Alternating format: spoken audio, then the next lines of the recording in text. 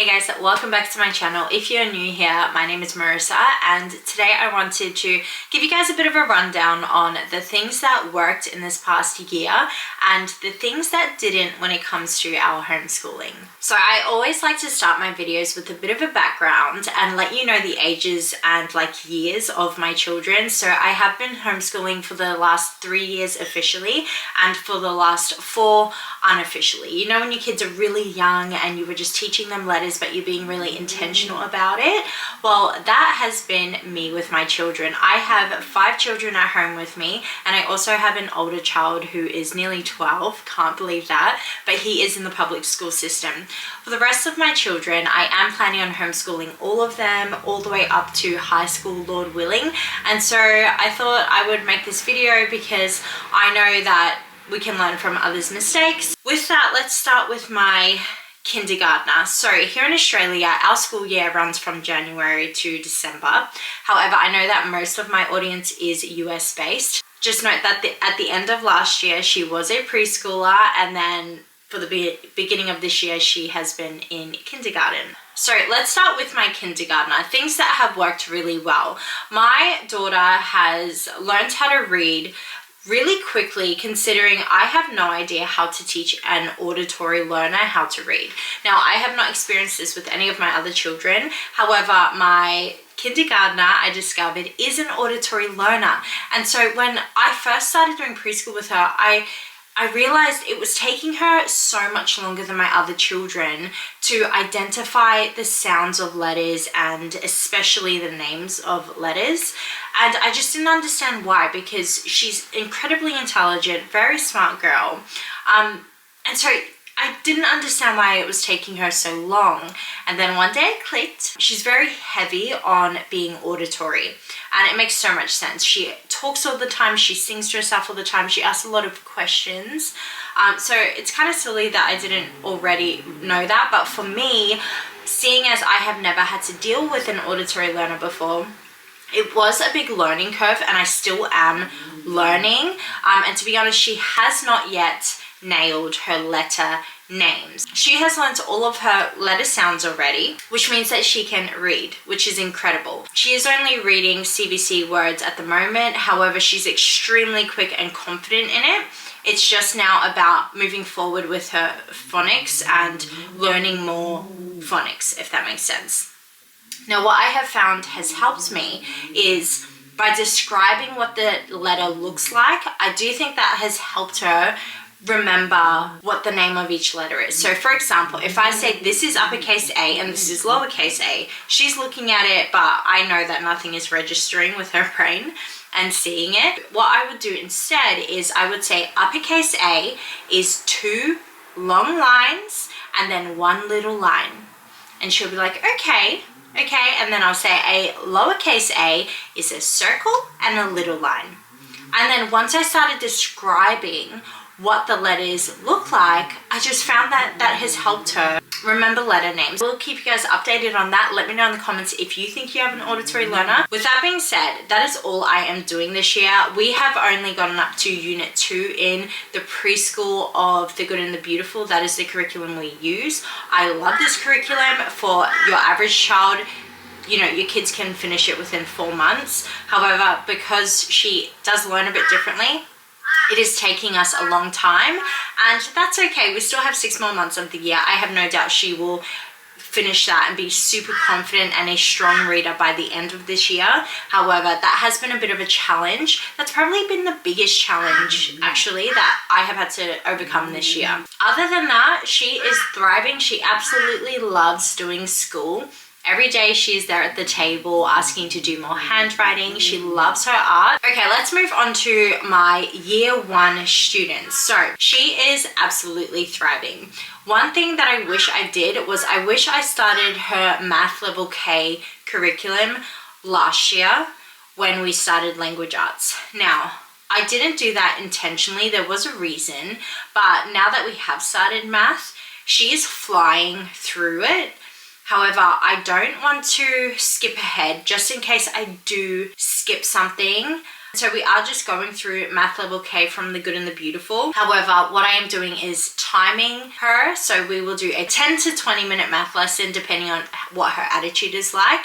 And if that means that we get through 2 lessons, that is awesome. She will always get through at least 1 lesson. So I am hoping that we will finish that up by the end of the year. I do think I've held her back a bit because originally I was trying to group my 2 girls together. One is 5 and one is 6. I was trying to group them together into the same age level. While they are developmentally similar, my year 1 girl picks things up like that. It's very easy for her. Whereas my kindergartner, she's an auditory learner and I have no idea. Like, I am like my year 1 student through school. I never remember struggling with anything really. I just would always understand things. That's not the same for my daughter, but it's not because of her. It's because I don't know how to communicate and help her with her own learning language. Because of that, I have found that my year 1 girl she's definitely not behind. She would still be above her average age level when it comes to academics, but for her own ability, I have definitely held her back because I was trying to group them together. Now, you live and you learn. I don't regret it at all. It has made our overall homeschool journey a lot more simple for me and less overwhelming, which I think is important when you have little children. I have 2 toddlers that I have to juggle each day as well. And saying that, like I said, she picks things up like that. She is doing incredible.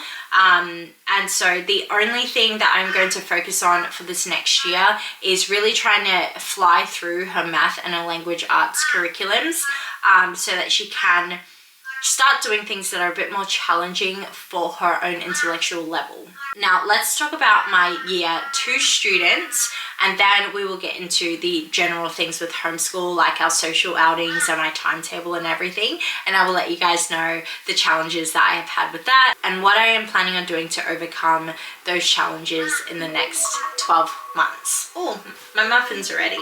Okay, let's chat about my year 2 student. He is flying through language arts. Something that I have been really excited about this year is his reading ability has just blossomed this year. I'm a first generation homeschooler. I have no idea what I was doing when I first started. Homeschooling the first child is always really overwhelming and intimidating. I would go through the months just hoping and trusting God that it was going to all work out in the end. And just this year, I feel like I'm seeing fruit in his reading abilities. He is definitely not a boy who naturally enjoys reading. He's a boy for one, and he's young, so he wants to be out playing and building and, roughhousing with his siblings. But this year, I guess because he's going into that next developmental age, he is turning 8 in December. He has just become so good at his reading. And that is something that I'm really excited about because I love books. I have always been a really avid reader. And so I really wanted to instill that love for reading into my own children. And with him, I really didn't think that I would succeed in that, but I am starting to see fruit, which is super exciting. Hi guys, I thought I would jump in here and let you guys know that my 7-day homeschool kickstart program has officially opened, and I would love to invite you to join. If you are an overwhelmed homeschool mama in need of a reset, this program is going to give you the clarity and confidence you need to homeschool with peace and purpose without the overwhelm. You can try it risk-free with my 7-day money back guarantee, and better yet, I have created a unique discount code just for my YouTube family. If you use the code YouTube at checkout, you will receive 15% off the program. However, you want to jump in quickly because this is the most affordable it will ever be, as I will be increasing the price over time. Click the link down in the description box below. That will take you over there, and hopefully I see you there. Now let's talk about one of the challenges. The biggest thing with my year 2 student this year has been his math. Now he is halfway through level 3 of the good and the beautiful math, which I do think is a bit more advanced compared to what Australian students will be doing in year 3. So he is already ahead, first of all. He's now finding it quite challenging. Now the frustrating thing is that he can do everything, but he doesn't understand what he's doing or why it works and how he's doing it. Like I said, I tend to pick things up very easily, so it's really hard for me to empathize and communicate with people who don't pick it up easily. It's hard for me to know how to explain things to them in a way where they can understand. And so I think I shared this in my last video. We have simply just slowed things down. I used to judge a math lesson success based on if we finished the lesson, and we would aim to finish a lesson each day. However, because there was just so much conflict and resistance and tears on both ends, I decided to change our math lesson success and base it off time instead. So I noticed he would start getting really agitated and down on himself at around the 25-30 minute mark. Since then, for the last month or so, I have stopped our math lesson before that time because his brain is just fried. And I get it, like math is difficult. It's probably more difficult with me as a teacher too. We have been just doing 25 minutes of math. Some days we finish the math lesson, which is awesome, and some days we are spending a bit more time just discussing the concept and me having to try and figure out different ways of explaining things until he understands it. In saying that, he's still way above average, but I do expect excellence in my children, which I don't think is a bad thing at all. But we are just learning together how we can strive for that excellence without it ending in tears and fights. Yes, another way that I am hoping to make the math lessons a bit easier emotionally on both of us is I am going to aim to finish math level 3 with the good and the beautiful with him by the end of the year, and then I am going to start trialing CTC math. One, it takes the pressure off me so that he is watching a video, having his teacher explain it there instead of me having to. And two, it's a mastery based program instead of a spiral design. So I do think mastery might help him, at least for the little things that he's not confident in, to bring back that confidence. Hopefully that works well for our family. So those have been the biggest challenges with each of my kids. Now the reason why it doesn't cover a variety of subjects is because I do focus on reading, writing, and arithmetic. We do have morning time each morning too, and let me talk about the challenges with that. So every morning, once the kids wake up, they will make their bed and then they will head out to the kitchen, and that is where I will get everyone's breakfast ready, and we all sit down at the table together to start our morning time. So morning time is like your morning basket, morning gathering. It's basically where we do different things as a family, very Charlotte Mason style. The types of topics that we cover in our morning times have varied over this year, which has been a really nice change. So in the past, I would pretty much do the same thing every single morning. However, because my children are getting a bit older now, and I just feel like they weren't being stimulated enough. And so this year, what I have really tried to do more of is to give a greater feast for my children. Previously in the mornings, we would read the Bible, we would do a read aloud, we would do scripture memory. That was pretty much our morning time. We did cover a variety of topics because we used living books. So we would cover nature and history, geography, you know, all the great things. I think I wanted a bit of spice in our morning time as well. I wanted it to be more interesting for me too. So for this coming year, I am really excited because for the first time, instead of doing the same thing every morning, I have basically created a plan that I'm pretty sure we can stick to. What that looks like is every single day we do our prayers and our Bible reading. Now, Mondays, Wednesdays, and Fridays, what I have introduced is a little grammar activity, which has been really, really fun. So on Fridays, we do Hangman. I'm starting with Friday because that was the first thing that came to mind. We play Hangman, where I write a sentence up on the board, and my younger kids, they all enjoy it. We'll play Hangman together. We also do COPS. COPS stands for capitalization, omission, punctuation, and spelling. And so I will write a sentence up on our board as the kids are eating their brekkie, and they need to basically edit the sentence that I have put up there. 2 other grammar style activities that we do is transformers. Again, I will write a longer word up on the board, and then my kids need to create new words. We aim for 10. But the other one I do is I will write a sentence out, and we need to identify smaller words within the words. That has been an awesome addition to our morning time. I did originally start doing this 5 days a week, but I found that the repetitiveness of it every day was a bit too much, so I have cut it down to 3 times a week, and it is working great. The other 2 things that we are re-implementing into our morning time is picture study. We do that 2 times a week.